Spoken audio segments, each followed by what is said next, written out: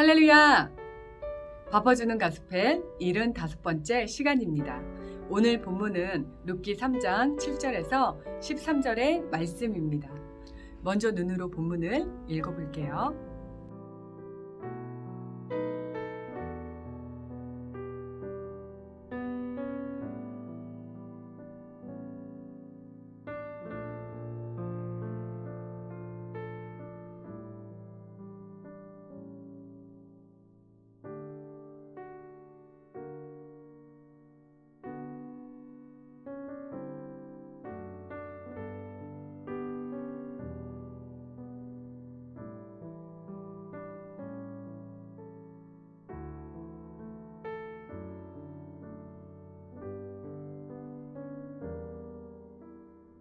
나오미가 시킨 대로 보아스를 만나러 간 룻은 적극적으로 나오미의 말대로 행합니다. 수술을 마치고 타작마당의 곡식단 더미 끝에서 자고 있는 보아스에게 간 룻은 그의 발치에 가서 눕습니다. 놀라서 누군지 묻는 보아스에게 룻은 당신의 옷자락으로 여정을 덮으소서라고 하며 보아스가 기업 물을 자가 됨을 말합니다. 앞선 시간에서도 기업 물을 자라는 고엘 제도에 대해서 설명을 들었을 텐데요. 그 집안의 대대로 소유한 땅을 가난한 형편으로 팔게 되었을 때 가까운 친족이 팔린 땅의 비용을 지불하고 다시 땅을 되찾아 오도록 하는 것입니다. 그런데 오늘 본문의 이야기에서 룻이 보아스에게 요청하는 것은 단지 기업을 물을 것만이 아니라 결혼을 요청하고 있는 것으로 보입니다. 본문을 보며 이해가 되지 않는 뭔가 이상한 부분이 있지 않나요? 룻은 보아스에게 기업 물을 자의 의무에 대해 요청하기 위해 간 것으로 이해되는데 왜 마치 청혼하는 것 같은 분위기가 되었을까요? 이상한 것은 룻이 보아스에게 요청하는 것이 당시의 제도로 생각할 때도 뭔가 맞지 않는 부분이 있다는 것입니다. 12절에 보면 보아스는 룻의 집안의 첫 번째 기업 물을 자가 아니었습니다. 형편이 어려워 가문의 땅을 팔 예정이었던 나오미가 그저 땅을 팔지 않으려는 이유였다면 굳이 룻을 보아스에게 보낼 필요가 없이 친족 중에 첫 번째 기업 물을 자를 찾아가 고엘로서 도와달라고 요청하면 됐을 일입니다.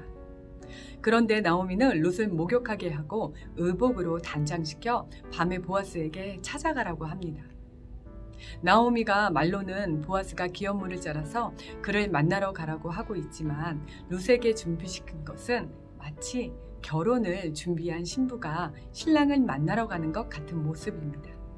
이스라엘 민족의 계대 결혼, 다른 말로 시형제 결혼은 형제가 먼저 죽었을 때에 형수가 이어서 동생과 이루어지는 결혼인데 보아스는 나오미 아들들의 친형제가 아니기에 더더욱 결혼까지 행해줘야 할 의무는 없었습니다.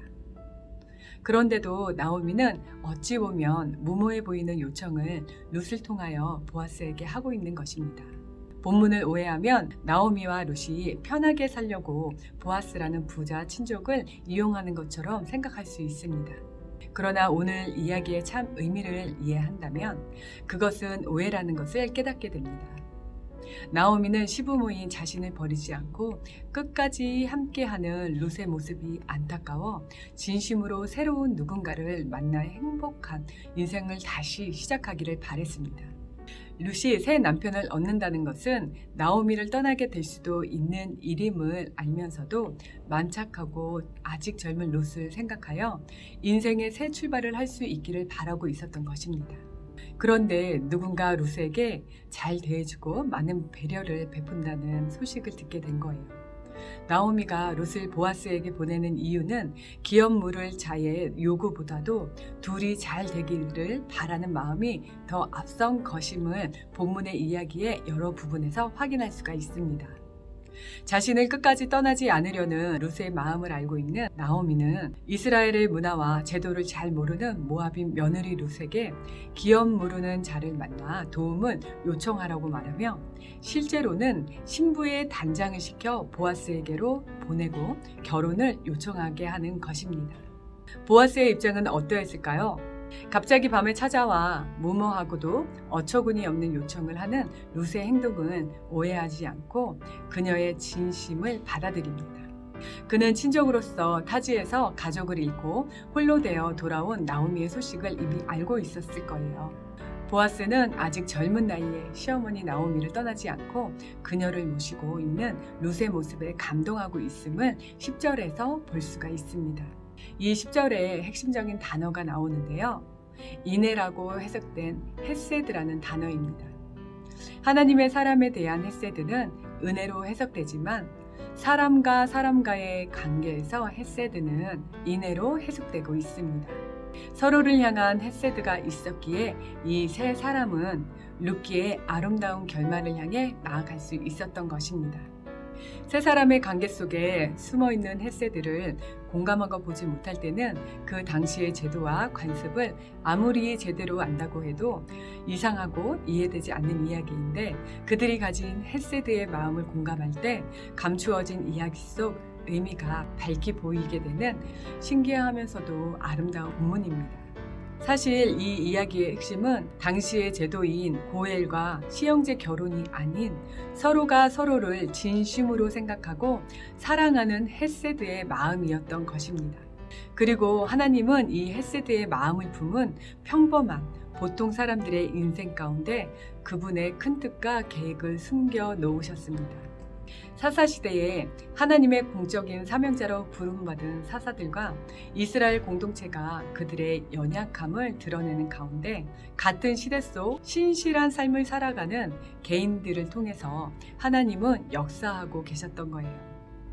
하나님의 자녀와 백성으로 살아가는 우리 청년들의 삶 속에도 이처럼 하나님의 크신 계획이 함께하고 계심을 믿습니다. 우리 청년들 모두 하나님을 기대하고 소망하는 기쁜 마음으로 6월을 행복하게 시작하기를 기도합니다. 기도하겠습니다. 참으로 좋으신 하나님 너무나도 감사합니다. 우리 자신만을 생각하며 살아갈 수밖에 없는 이런 현실 속에서 하나님 오늘 말씀을 생각하기를 원합니다. 서로가 서로를 긍휼히 여기는 마음, 서로가 서로를 잘 될 수 있게 기도하는 마음으로 이렇게 배려하는 이 헤세드의 마음으로 한 주를 살아갈 수 있도록 주님 인도하여 주시옵소서. 예수님의 이름으로 기도드립니다. 아멘. 할렐루야! 6월도 행복하게 시작하세요.